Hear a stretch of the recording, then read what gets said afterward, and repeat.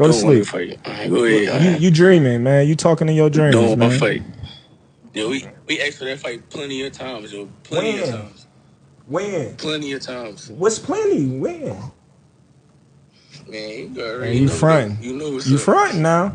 Don't front No for Gilly now. No fronting. No All fight. right. Keep it a being though. We know, we asked for that fight plenty of times. When? That's what I'm saying. When? You keep saying keep it a buck. I'm saying when. Plenty of Now you saying one thing and your dad saying another. So when?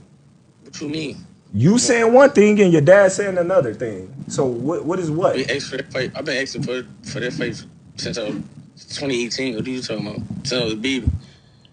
You been asking to fight me since 2018. All the top guys, man. Cut it. You believe that? You a fool. You believe that? You a fool. He's drunk. He's sleepy. Whoa.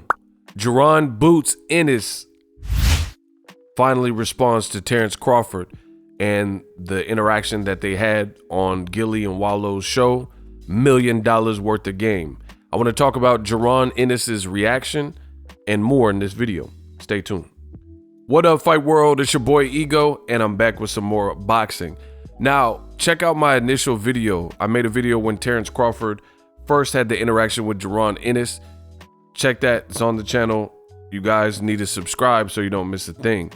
In that video, it was Terence Crawford was the live in-studio guest with Gilly and Wallow, and Gilly, being from Philly, decided to call fellow Philadelphian fighter Jaron Ennis. Terence Crawford was basically saying, don't front in front of the cameras, when Jaron Ennis was saying that, yo, I've been trying to fight you.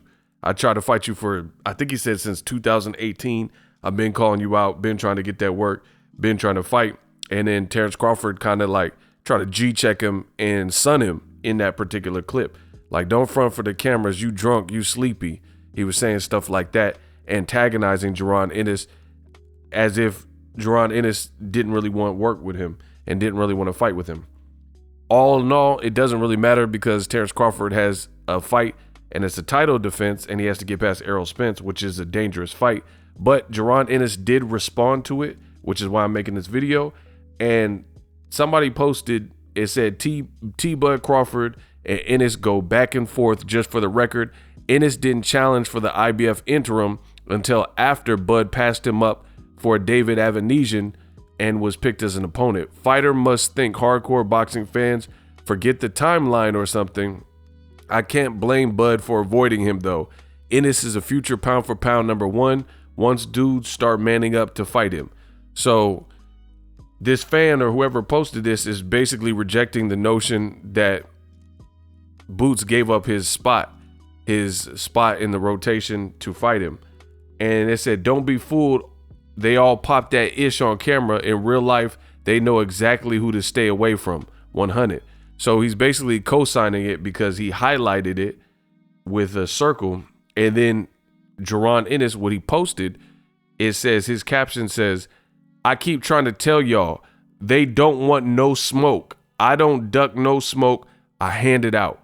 I'm about to start exposing y'all. Y'all be putting on this act.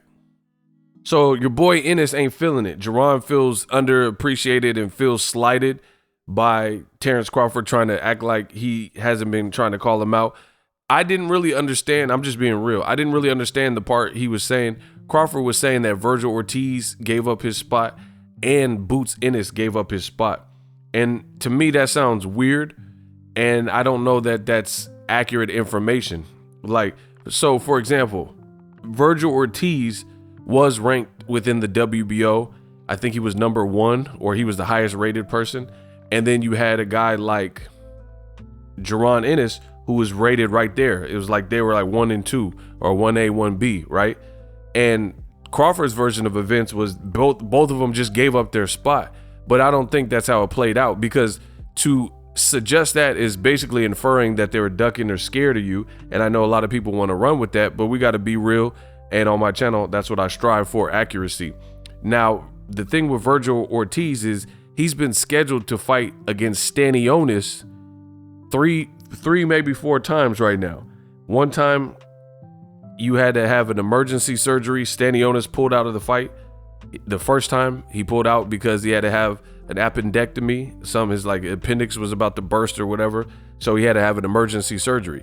Then it got canceled like once or twice more because of Virgil Ortiz got sick and all types of stuff like that. So this fight has been canceled for a minute. So he just fought against David Avanesian in December. I think basically Virgil Ortiz went a different direction. He went a different route because he's getting an access to a title by beating Stanionis if he can do it. The winner of that fight, Virgil Ortiz and Stanionis, is actually going to be a mandatory for the Errol Spence Crawford winner. Errol Spence has all the other belts. Crawford has the WBO belt. So Stanionis is definitely Errol Spence's WBA mandatory. So again, if Virgil Ortiz beats him and it's a mandatory fight ordered by the WBA, then that means that person will be the WBA interim champion, and that person will have access or will still be the mandatory for the Spence Crawford winner. Or at the time, it would have been Errol Spence because Errol Spence definitely had the belt. After July 29th, we'll see if the belt switches hands. So for Crawford to say that Virgil Ortiz just gave up his spot, again, I don't know that's entirely true. And I'm not making excuses. That's the reality and that's the facts of the situation. Virgil Ortiz, it sounds like he went another direction for a title. I don't think it had anything to do with fear of fighting Crawford. But the way Crawford is like spinning it is basically Virgil Ortiz avoided him. There's actually a video where Virgil Ortiz was fighting Maurice Hooker, who's Terence Crawford's friend. And in that video, the boxing reporters were like, hey, Virgil Ortiz says he wants to fight you. He wants to fight you, Crawford. What do you think about that? And in the video, Crawford says he don't want me. He don't want to fight me. He's saying that, but he don't want to fight me. Now he's making it like Virgil Ortiz did everything out of his power to not fight him. Same thing with Boots Ennis, another young guy. Virgil Ortiz and Boots Ennis are super young guys in the sport of boxing, and they've been calling out everybody trying to get the big fights, especially Boots Ennis. And Boots Ennis is the IBF. He has the IBF interim. So again, he's a mandatory for Errol Spence. So the way Boots is telling it on Gillian Wallow, it makes it sound like everyone's ducking him.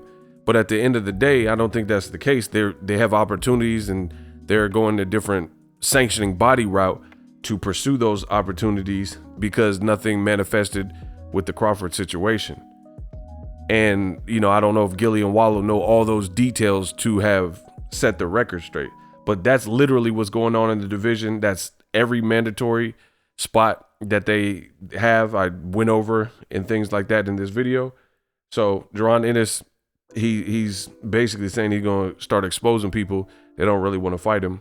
Let me know what you guys think. Either way, like I said, it doesn't matter too much because we got a great big fight at welterweight. 2 undefeated guys, Errol Spence, Terence Crawford. So Jaron Ennis, he wasn't going to get a shot anyway, at least next.